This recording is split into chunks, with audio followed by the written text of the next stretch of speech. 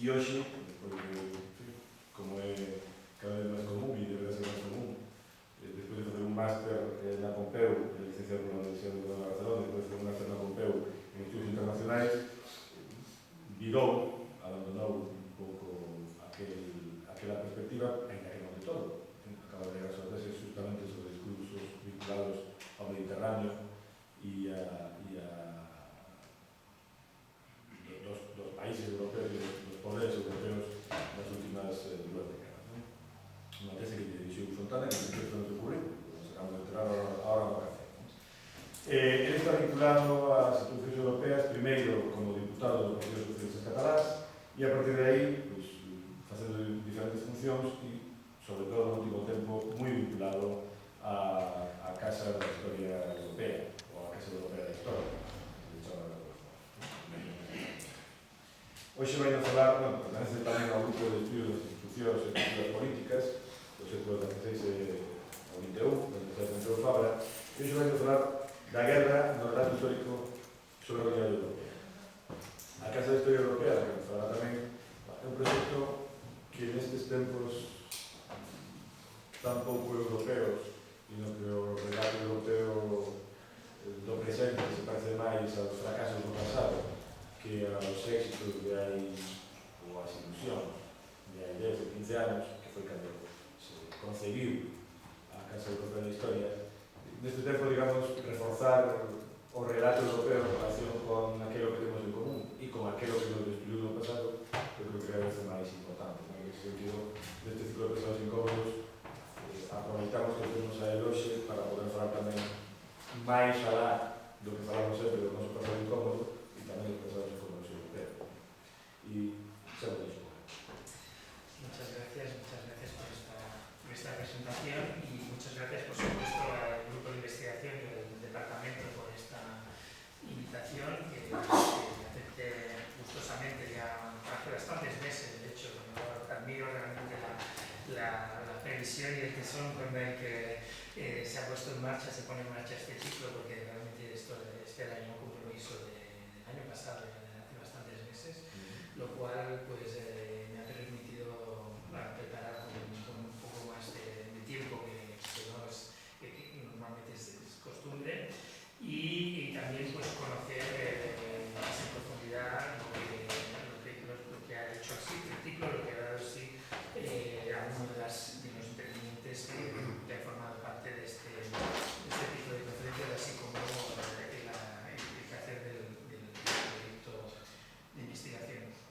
Bueno, yo traía, como seguramente se han dado cuenta, traía una presentación no muy extensa de PowerPoint, pero siempre es agradable, a veces incluso diría que es imprescindible para de clases en Estados Unidos, y ahí prácticamente los estudiantes pues exigen que se tenga un soporte visual, porque si no los pierdes definitivamente, no puedes contar con que mantengan la atención durante mucho tiempo. Yo espero que a pesar de este hándicap pues podamos hoy mantener una conversación fluida y que algunos de los temas pues que realmente los temas no sean no suenen demasiado oscuro, demasiado conceptual, sino que mantengamos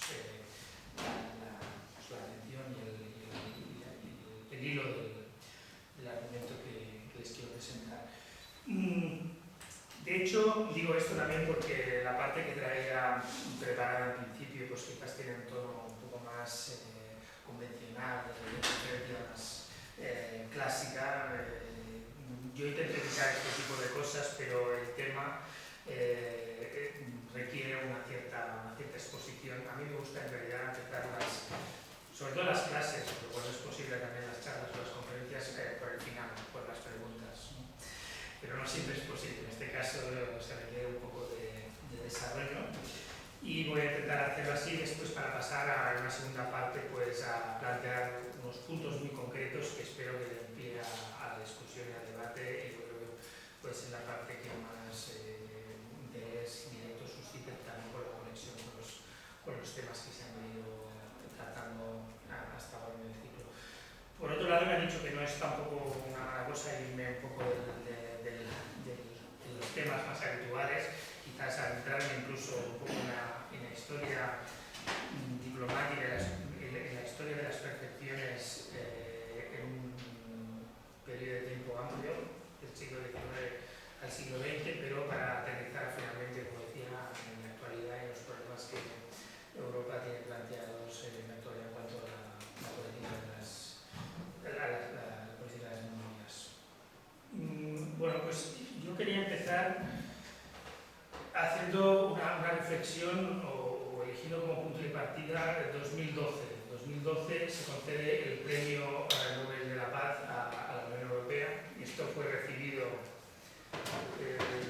yo diría, entre escepticismo y frialdad. O sea, hoy en día quizás, yo creo que por desgracia, yo me considero europeísta y creo que Europa es un marco, esto es una opinión personal, evidentemente es un marco inexcusable de referencia, pero hay que reconocer que el entusiasmo que la unidad europea podía despertar hace solo unas décadas, pues hoy en día está muy atenuado. Entonces, en 2012, esta concesión del Premio Nobel de la Paz nos coge a todos en un ambiente de poco entusiasmo. ¿Qué es lo que, desde un punto de vista analítico, un punto de vista de la reflexión académica, qué es lo que cabe preguntarse, pienso, ante esta situación? Bueno, en primer lugar, se concede el Premio Nobel a la Unión Europea por su contribución a la paz.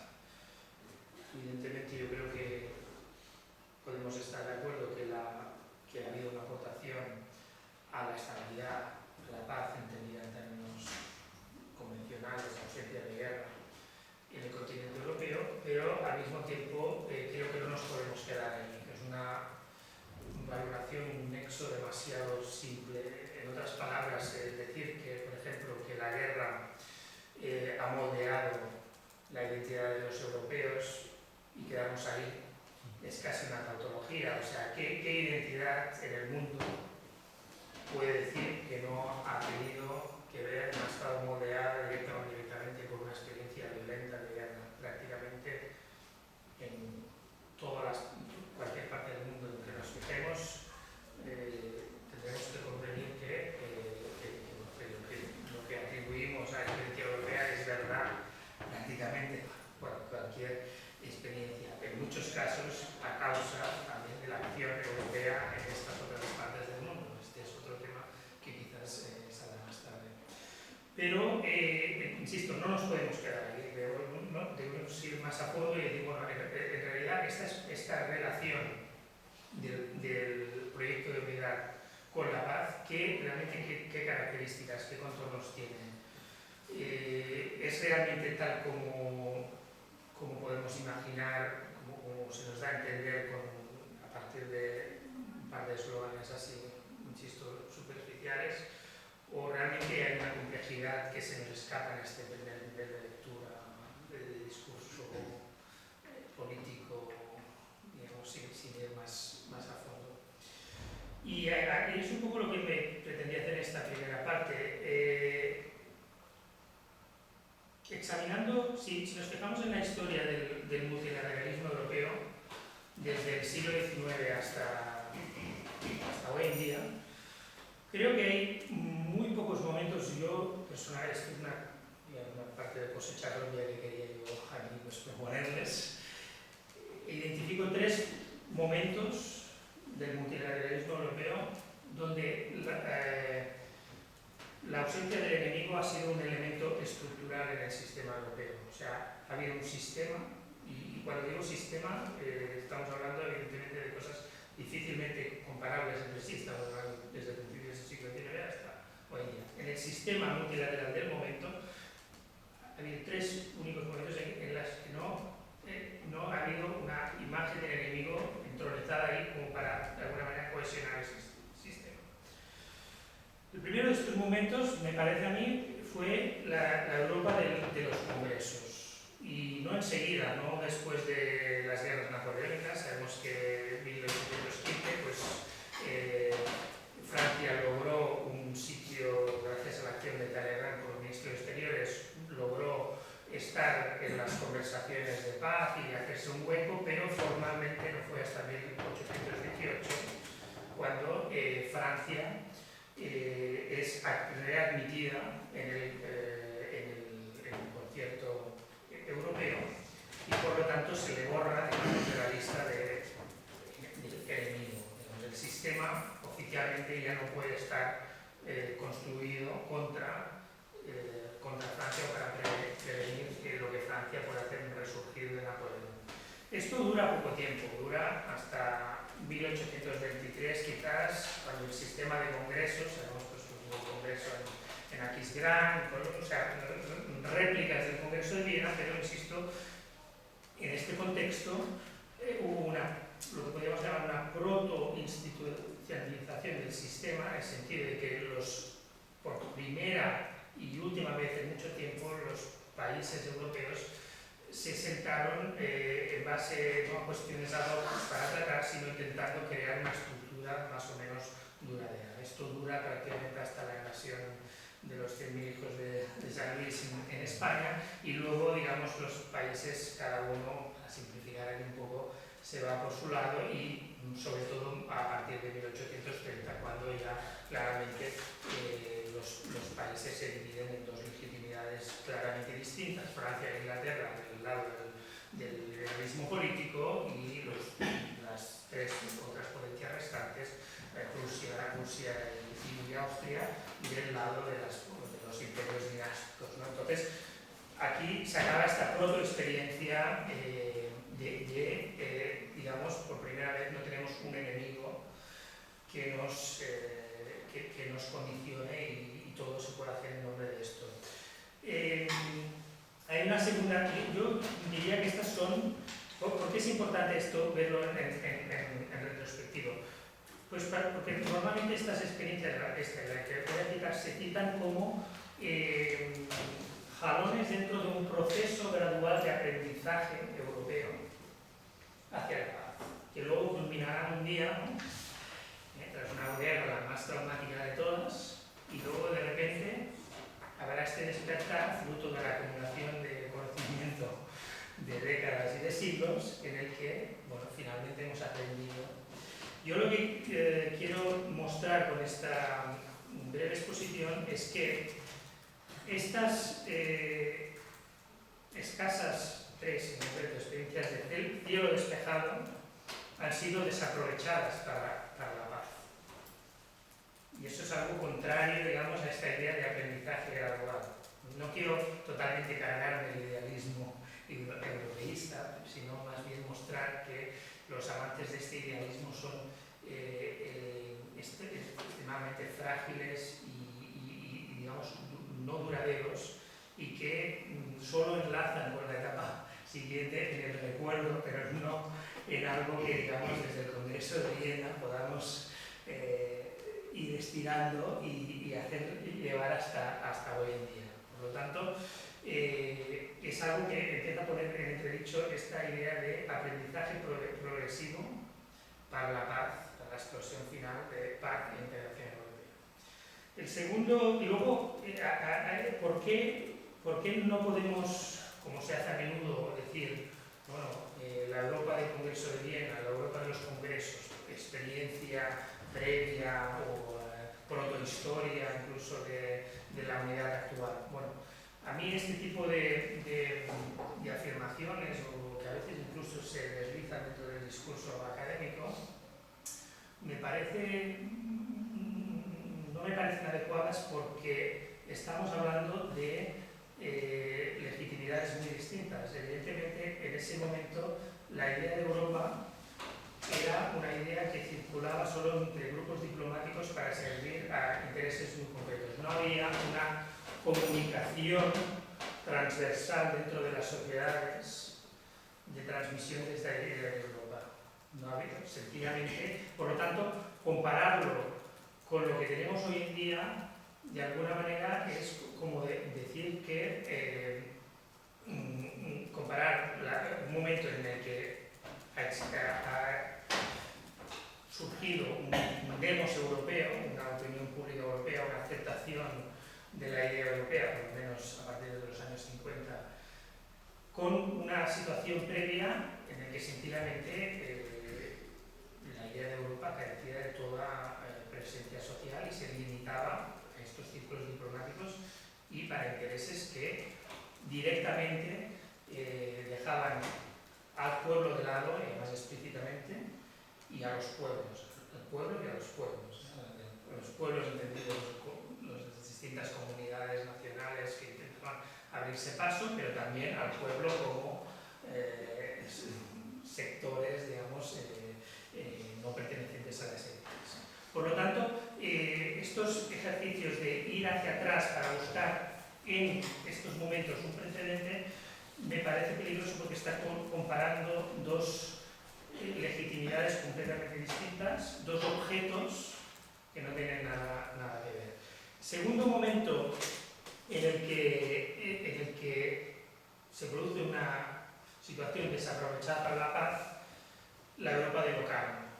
1925, el ministro de Exteriores alemán, Stresemann, con Aristide Briand, gran pensador e ideólogo de la Unidad Europea del momento, deciden que es momento, a través de una serie de iniciativas, como se dice a Locarno, no la primera, pero la más visible de ellas, en que se procede a readmitir el paralelismo con la readmisión de Francia tras las guerras napoleónicas, la readmisión de Alemania en el sistema en 1925 en el sistema, bienvenidos a la familia. Y por lo tanto, ese momento, hasta la crisis un poco del 29 y un poco más allá, hay de nuevo una efervescencia de pensamiento. Estamos siempre en un terreno muy conceptual, muy de pensamiento y de poca acción, debemos convenir en ello. Hay una efervescencia entre la que por un lado, se prohíbe la guerra, el pacto Kellogg-Briand, que entra la conexión con Estados Unidos como realidad emergente, que es crucial en decir, bueno, vamos a unirnos, porque en realidad hay un contexto que nos supera, que es el de los Estados Unidos emergentes. Pacto Kellogg-Briand, prohibición de la guerra, por un lado, con Briand como protagonista, y luego, al año siguiente, esto estábamos en 1928, en 1929, propuesta de Aristide Briand de avanzar hacia una federación europea. Por lo tanto, vemos aquí, por lo menos en el pensamiento de Briand, esta vinculación entre paz mundial y unidad europea. Pero una vez más estamos en un momento, insisto, también desaprovechado para la unidad europea, en el sentido de que hay paz, no hay un enemigo de nuevo institucionalizado, pero todo se queda en un debate teórico. Y por otro lado, una vez más, es una idea que no se transmite a todos los sectores de la sociedad, sino que es sobre todo un marco conceptual que tiene su sentido incluso en los medios financieros. Y esto puede sorprender, pero es, y esto hay el libro de Adam Tooze de sobre que cubre el papel de los estados recientes de 2014, que cubre el periodo entre 1916 y 1931, el papel literal que Estados Unidos va ganando en Europa, en la reconstrucción de Europa. Él lo expone muy claramente. En ese momento se empieza a hablar de posible unidad europea porque los medios financieros se han dado cuenta de que casi 5 años de guerra, más 1914, finales de 1918, y luego hasta 1924 guerras civiles en Europa, a veces casi tan cruentas como la propia contienda mundial, no han servido para nada en términos financieros, en términos de prosperidad.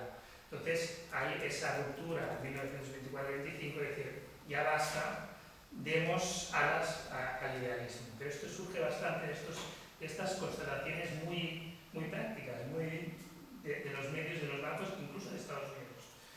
Y él nos dice en este libro, incluso en el propio Stresemann, en al recibir el premio Nobel, que entonces ellos recibieron, Stresemann y Briand, ministro de Exteriores alemán y francés, junto con Chamberlain, ministro de Exteriores británico, no tiene ningún tipo de reparo, o Stresemann no tiene ningún tipo de reparo en hablar en ese momento de la Treuda Dei, del Imperio Carolingio como el ideal que estaban intentando revivir. Él nos dice, este tipo de afirmaciones en ningún caso parecían ridículas, lo dice así, este revivir histórico, porque realmente esta constatación de la inutilidad de 10 años a nivel financiero hacía que la imaginación histórica pudiera surgir sin demasiado límite o sin demasiado miedo a hacer el ridículo ante una audiencia internacional amplia. Por lo tanto, ya digo, una experiencia que queda reducida a estos círculos financieros y quizás políticos a alto nivel, pero que no calan en la sociedad, no tienen esta difusión, diría yo, en la sociedad imprescindible para que podamos compararlo o podamos, de alguna manera, hoy en día, reclamarnos de alguna manera herederos de esta experiencia, porque no hay una comunicación social que proporcione la legitimidad necesaria. Luego, salto, digamos, el momento en que se produce el inicio de las comunidades europeas para fijarme en el tercero y último de estos momentos en el que, a mi entender, no ha habido un enemigo encima de la mesa multilateral, que es la Europa de Maastricht. En el año 1993, año en que entra en vigor el Tratado de Maastricht, es también el año en que los países de la órbita exsoviética, la mayor parte de ellos, en diciembre, en la cumbre de Copenhague, se les da luz verde para que un día lleguen a ser miembros de pleno derecho de la recién creada Unión Europea. Por lo tanto, de alguna manera se entierra esta imagen del enemigo en falso, lo sabemos, porque a Rusia no se le da el mismo, no se la integra, no se la invita de la misma manera que se invitan a sus antiguos países, a los países que formaban en el antiguo bloque del Este, pero en definitiva hay esta idea de Pax Americana, ¿no? De Pax Americana, pero de la que paradójicamente Europa se intenta distanciar en cuanto al discurso. Europa en estos años, en los 90, se acostumbra por un momento, diríamos, a prescindir de Estados Unidos en el discurso. Si examinamos los discursos políticos, y antes estaba hablando de esto antes de empezar la charla, vemos cómo hay un sentimiento creciente de, bueno, sí, Estados Unidos está ahí, pero poco a poco Europa se irá desplegando y acabará siendo no ya un tercer poder, porque la Unión Soviética ha desaparecido, pero sino una alternativa a Estados Unidos y de alguna manera llegará pues, a liderar de una manera benigna pues, el escenario mundial. Eso era lo que realmente se creía en los medios políticos, el discurso que se transmitía en mitad de los 90. Europa finalmente es dueña de la misma, somos amigos de Estados Unidos, pero Estados Unidos pues, tenemos ahí aparcados y vamos a ocuparnos de cómo redesplegamos nuestra influencia mundial. Bueno, esto yo diría que se acaba de manera bastante brusca en 2001 y aquí, digamos, reaparece el enemigo como elemento articulador del sistema multilateral, pero además con una diferencia respecto a estos tres valores anteriores, que es que el enemigo por primera vez es internacional e interno a la misma vez. Hay una confusión del enemigo geopolítico y el enemigo interior. Por lo tanto, eso de alguna manera rompe esa cadena que ha habido desde este momento. Entonces, bueno, tres ocasiones, digamos, desaprovechadas para la paz, en el sentido de que durante estos tres momentos hay una, no sé si puede decir así, casi término stagnation, ¿no? Un estancamiento de la retórica, así, ¿no? Digamos, no hay ese estado de euforia y de optimismo sobre la mesa diplomática en unas ciertas élites de pensamiento no se traduce en una acción contundente hacia la humanidad. Bueno, entonces, ¿cuál es el verdadero arranque de la integración europea? Bueno, todos lo sabemos, yo creo. Se produce en un contexto bastante diferente de los citados y se produce en un contexto de federador externo, claro. Por lo tanto, estamos en un momento tras la Segunda Guerra Mundial en que los resistentes al nazismo, los fascismos, no hablaban demasiado de identidad europea, pero en cambio, esto lo ha estudiado Oliver Frank, por ejemplo, en artículos ya de principios de los 90, pero en cambio de sus textos, de sus diarios, de sus escritos, realmente se desprende que no concedían, la mayor parte de ellos, una vuelta al estado de cosas previo a la Segunda Guerra Mundial. Por ergo, lo que va a venir después es una forma de unidad, sin definir por el momento, pero era casi una obviedad para muchos de ellos que habían experimentado la solidaridad y el trabajo en común y el ir más allá de los límites de nacionalidades o de estados, de fronteras, en el esfuerzo común. Por lo tanto, eso crea quizás quizás es una opinión que pongo a la mesa, este principio de demos, de pueblo europeo, que ya no solo está en el ámbito, digamos, de las elucubraciones intelectuales, sino en el terreno de la acción, en el terreno de una serie de acciones, de actividades que han tenido que suceder en términos prácticos y que eso ha creado unos vínculos reales. En este contexto, evidentemente hay muchos más elementos, pero en 1950 la declaración Schuman, ministro de Exteriores francés, Robert Schuman, que creo que se comenta siempre que cambió a lo largo de su vida como 4 veces de pasaporte, de Luxemburgo, luego alemán, luego, bueno, eso marca evidentemente como persona, una persona nacida en Luxemburgo, luego los alemanes invaden Luxemburgo, luego resulta que pasa a ser francés, pasa a ser ministro. En fin, los padres fundadores de esta Europa, que voy a de alguna manera intentar caracterizar en 4 frases ahora, pues casi todos ellos tienen un pie a cada lado de la frontera, incluso de Gasperi, pues presidente de la República Italiana en ese momento, fue en su momento diputado en el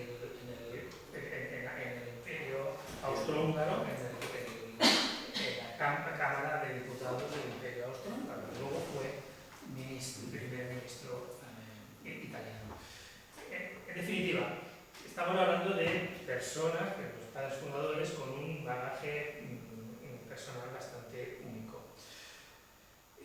Por lo tanto, cuando en la declaración Schuman, 1950, él dice, para la paz es esencial que Francia y Alemania se reconcilien y la mejor manera es fusionar dos industrias que han sido claves en el esfuerzo de guerra, la industria del carbón y la industria del acero. Hasta ahora puestas al servicio de la construcción de armas, a partir de ahora puestas al servicio de la paz. Como eslogan, pues no está nada mal, es realmente pues, el poder visual, incluso, ya no digamos práctico, ¿no? para mucha de la gente que vive en esa zona fronteriza, para las economías de los países, pues es potente. No debemos negar que esta declaración bebe todavía del idealismo anterior a la Segunda Guerra Mundial. Incluso el propio Schuman en la declaración hace una referencia a Adrián implícita, sin citarlo, diciendo Francia, defensora desde hace más de 20 años, estos 20 años hace referencia a cuando Adrián sube al podio de Naciones Unidas y dice, bueno, propone la Federación Europea para la Paz. Él dice, bueno, Francia lo propuso hace más de 20 años, leo textualmente, Francia, defensora desde hace más de 20 años de una Europa unida, ha tenido siempre como objetivo esencial servir a la paz. Europa no se construyó, de alguna manera dice, bueno, nosotros ya lo habíamos dicho, entonces, pero Europa entonces no se construyó y hubo la guerra. O sea, él, de alguna manera ya hace un ejercicio de atribuirse unos antecedentes, ¿no?, que no se siguieron. Entonces él dice, bueno, ahora hay una segunda oportunidad y tiene que ser la definitiva también por la magnitud de lo que ha venido después. Es decir, la Segunda Guerra Mundial, por haber desoído el Consejo o la propuesta francesa a finales de los años 20. Bueno, como decía, es indudable de que hay un idealismo todavía en 1950, es un idealismo que todavía es el mismo idealismo, creo, que se ha ido abriendo paso a finales de los años 40, desde el fin de la guerra, en 45 hasta ese momento, en medio de la escalada de tensión entre la Unión Soviética y Estados Unidos, todavía hay ese idealismo que va encontrando espacios para decir, bueno, la alternativa es Europa, Europa es el futuro, etc. Por lo tanto, lo podemos ver como culminación de esto. Lo que pasa es que entre 1950 y 1951, cuando los 6 países invitados a adherirse a esta propuesta y a crear la comunidad del carbón y del acero, pues han pasado cosas muy importantes.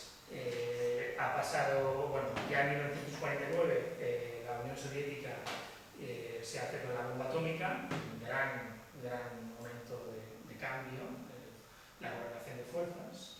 En 1950 también se produce el pacto sino-soviético entre China, recién creada República Popular China de Mao en el año anterior, pacto con la Unión Soviética, con lo cual dos colosos de repente en 1950 se ponen de acuerdo, lo cual no será el caso después a lo largo de la Guerra Fría, porque China también irá por su lado, pero en ese momento de repente hay ese gran bloque.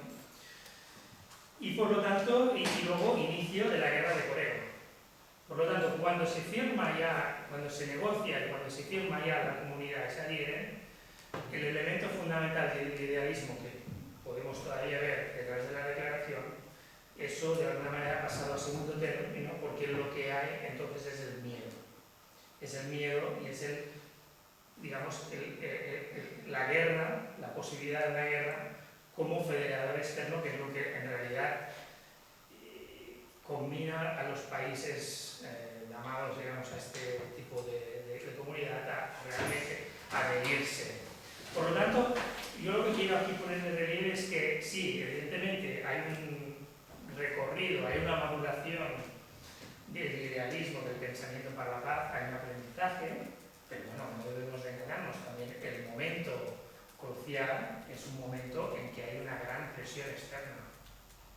Por lo tanto, yo creo que eso condiciona, volviendo a la idea inicial de bueno, Europa después de la Segunda Guerra Mundial aprendió y desde entonces, bueno, ya un recorrido, camino de rosas, etcétera, pues, bueno, tiene matices importantes, digamos, la intervención de este miedo es crucial.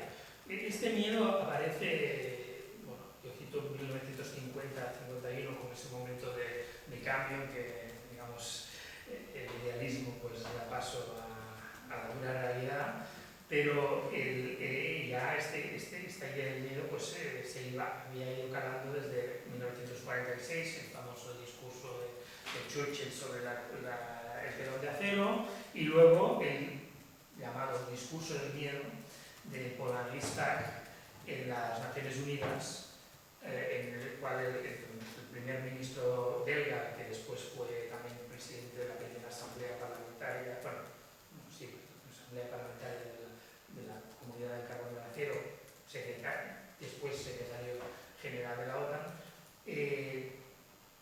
en 1948 dice dice al embajador soviético frente a frente, dice, son dos frases, lo traduzco del francés.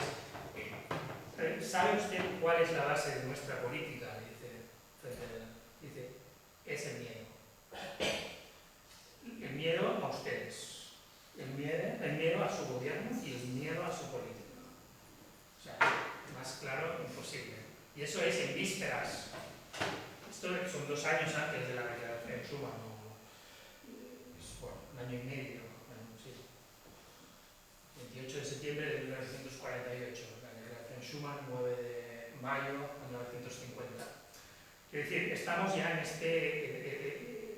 un esquema más clásico de federador externo, lo que produce un federador externo, ¿no?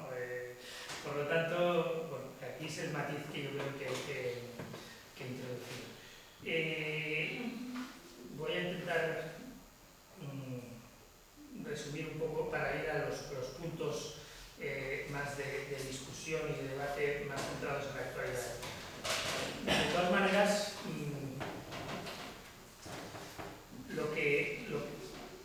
la comunidad del carbono y del acero, que se crea en el 51, es la mejor ilustración de la importancia, o lo que se ha utilizado como mejor ilustración de esta importancia de la unidad para la paz.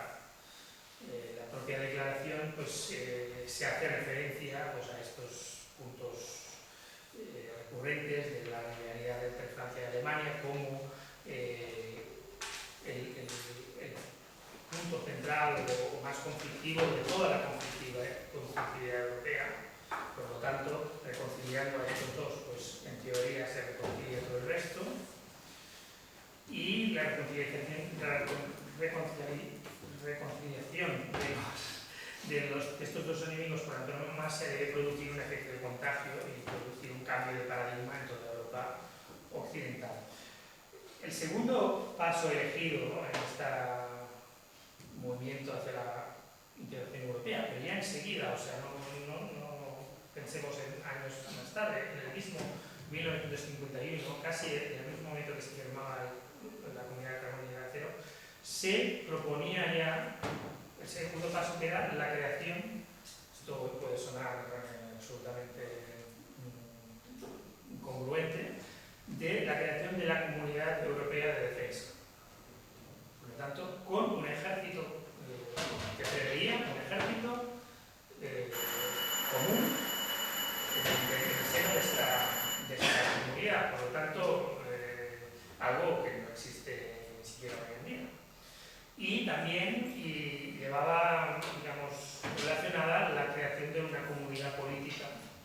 Pero la comunidad política era lo que colgaba de la comunidad de defensa. O sea, las prioridades estaban muy claras en ese momento.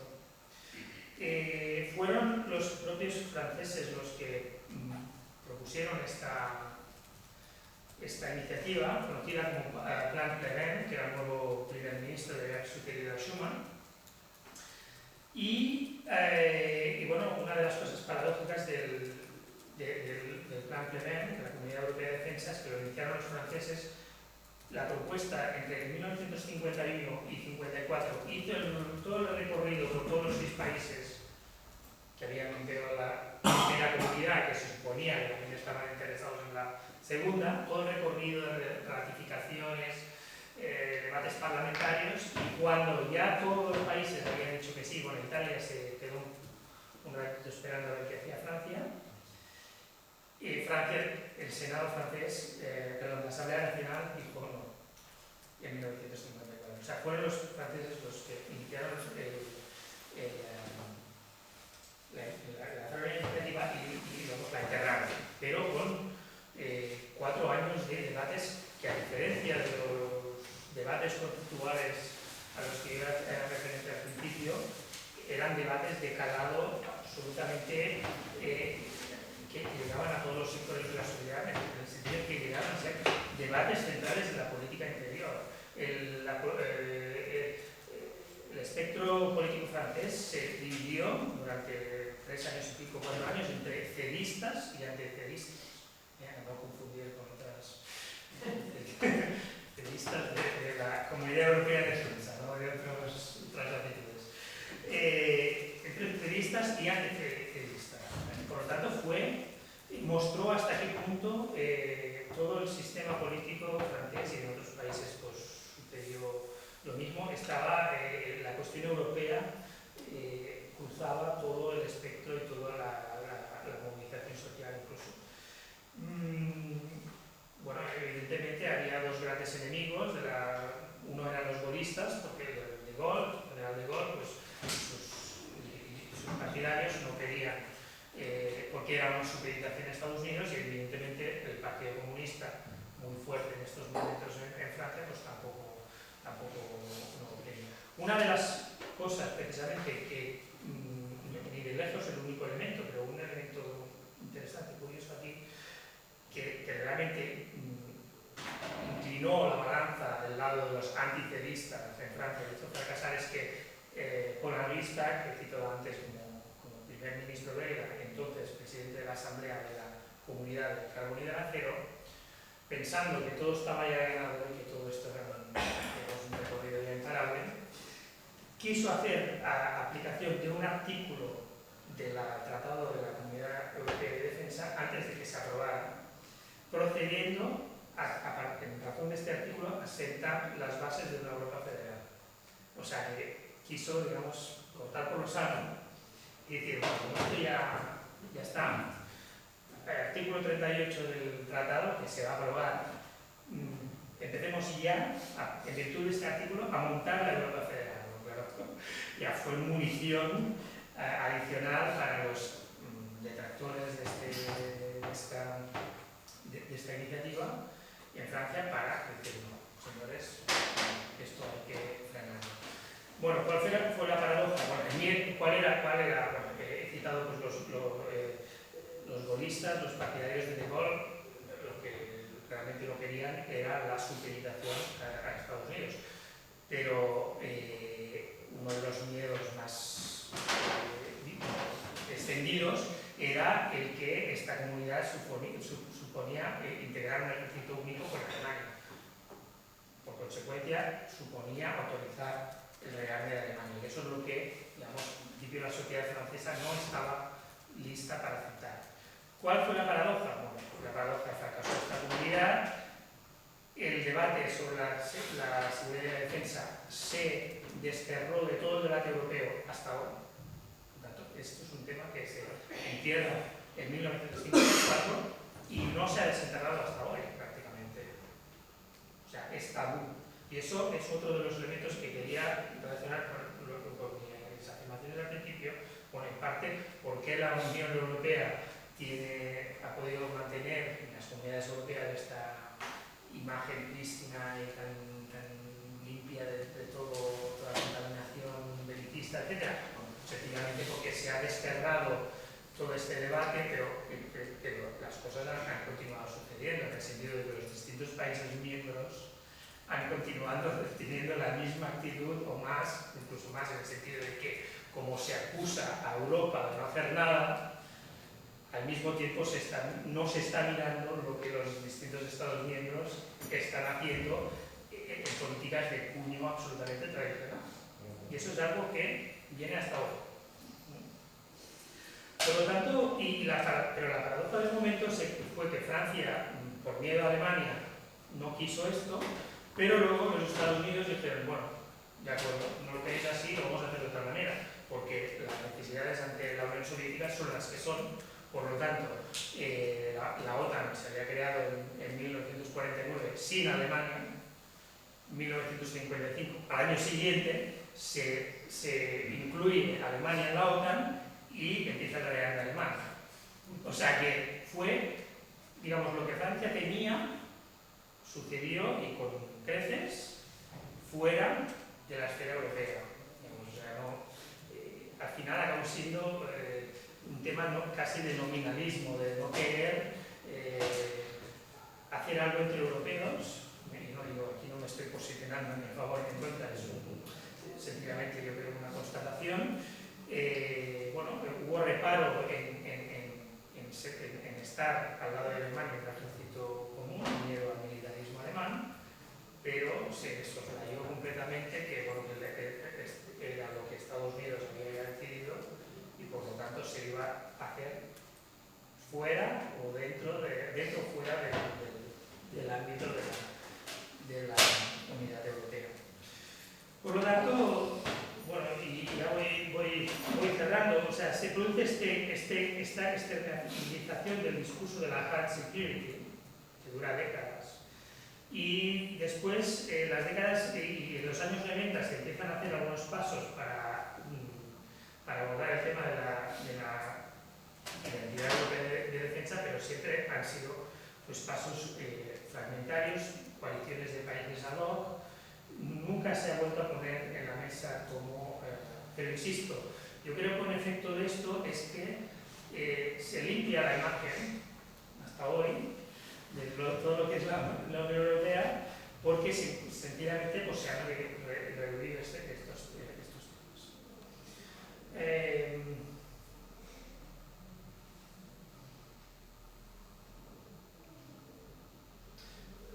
Evidentemente hoy, pues lo he señalado ya, se ha acusado a veces, por ejemplo, en el caso de Yugoslavia, años 90, gran fracaso de Europa.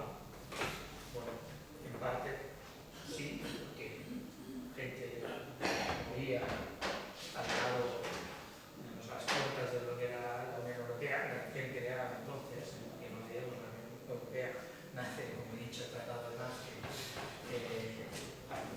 en vigor a partir del 93, en parte sí, no hay una movilización, o sea, el conflicto no pudo sacudir conciencias suficientemente para que algo pasara para frenar el conflicto en sus estadios más tempranos, pero también tiene algo de injusto en el sentido, la afirmación tiene algo de injusto en el sentido de que se está señalando como un político de la Unión Europea como responsable de no haber frenado algo en lo que sencillamente no tiene competencias ni, o sea, en términos de política exterior y en términos de defensa, la Unión Europea solo es una coalición de estados que cooperan entre ellos, no hay ningún tipo de integración.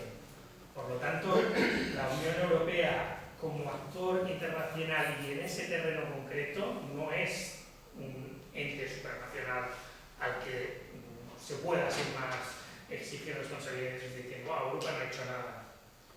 No, estamos hablando de, en este ámbito, nunca se ha cedido ningún tipo de soberanía nacional en base a fusionar, a integrar, sino que cada Estado ha mantenido absolutamente su derecho de veto, sus prerrogativas en el más puro estilo clásico, diríamos casi del siglo XIX.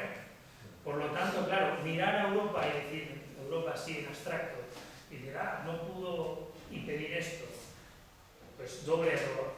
Se señala que no podía haber hecho otra cosa, hasta cierto punto, y se ignora que los estados se han estado comportando pues, en el estilo de siempre, de hacer prevalecer los intereses nacionales e incluso jugar a juegos estratégicos peligrosos. Tampoco nadie con poder se ha preocupado para clarificar el lenguaje de cara a la opinión pública, de que la gente, los ciudadanos europeos puedan entender pues, una cosa son la esfera supranacional, la economía, lo que se llama el primer pilar, los tres pilares de la Europa de Maastricht. Pues el primer pilar es todo lo que se ha puesto bajo el paraguas supranacional, ahí ya no hay plena soberanía nacional para nada, todo es compartido, no se sabe